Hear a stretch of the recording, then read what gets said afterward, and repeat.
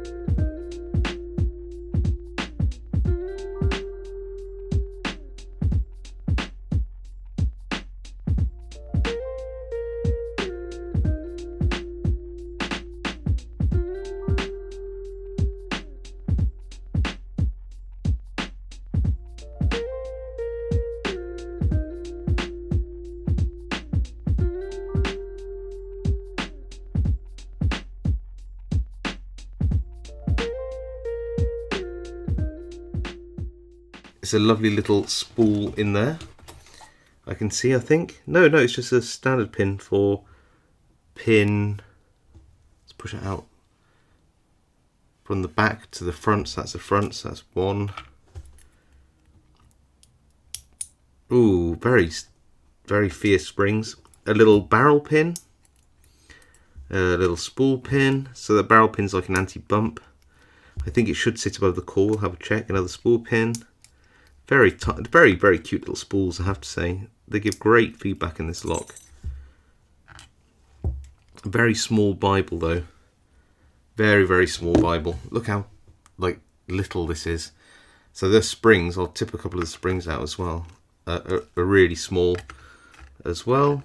Very cute little springs. There really isn't lots of room inside the Bible for anything. One last spring. Then we'll have a look at these little colour-coded pins. Silver, a reddish one. Oh, serrated.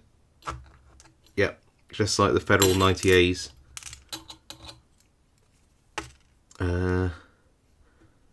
Move those across. Another purplish red one. Tiny little key pin with no serrations because it's too small. Same with that one. And the longest key pin, which is black, is serrated as well. Okay, that's the plug with some little anti-drill bits in. So here we go. There are all the pins. Super tiny but very nicely formed spools, key pins. Little serrations there on the key pins if they're long enough. If they're too short, of course, they don't have any serrations on. And let's have a look to see whether this anti-bump pin sits above the, doesn't go all the way down. Yeah, so that will just float above. It won't go down too far. So can you see that little step on the inside of the holes here? This just sits on that step. It means that it doesn't contact the key pin. So it's an anti-bump feature.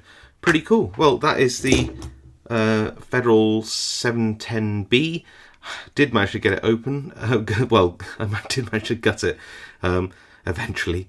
Yeah, really fun lock. Alright, well look, I hope you enjoyed that video. If you did, leave a like. If you haven't subscribed, now's a great time to do so to see more content like this. If you have any comments, leave them below. I do read them all and reply to as many as I can, and I'll see you all next time.